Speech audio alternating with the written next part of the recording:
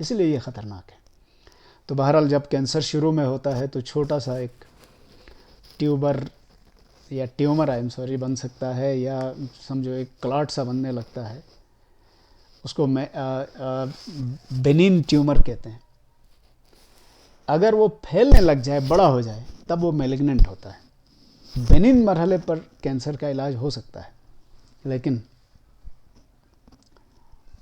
میلیگننٹ ہو جائے تو تقریباً ناممکن ہو جاتا ہے. بہرحال اس وقت صرف اتنا یاد رکھنے والی بات ہے کہ اگر مائٹوسس میں ایرر ہوئی تو کینسر جیسی بیماری ہو جاتی ہے، اور اس کا ایفیکٹو وہ شخص ہے جس کے جسم میں یہ چینج آیا ہے. میں زور دے کر کہہ رہا ہوں کیونکہ آگے ہم میوسس کی بھی اس ایررز کی بات کریں گے. تو فرق یاد رکھنا ہے، مائٹوٹک ایرر کا اثر جس انڈیویجول کے جسم میں یہ ہوا ہے اس پر ہوگا، جبکہ میوسس میں اگر کوئی ایرر آ جاتا ہے تو اس کا اثر اس فرد میں نہیں ہوگا بلکہ اس کی اگلی نسل میں ہوگا. تو یہ آج تک کے سمجھو مائٹوٹک ایرر اور امپورٹنس کے حوالے سے چھوٹا سا ایک چنک ہم نے آپ کے سامنے پیش کیا ہے. اس کے بعد نیکسٹ ہمارا جو ویڈیو آئے گا چھوٹا سا، وہ کمپیریزن ہے میوسس اور مائٹوسس کا. اس کے بعد میوسس کی طرف آئیں گے انشاءاللہ. ٹل دین خدا حافظ.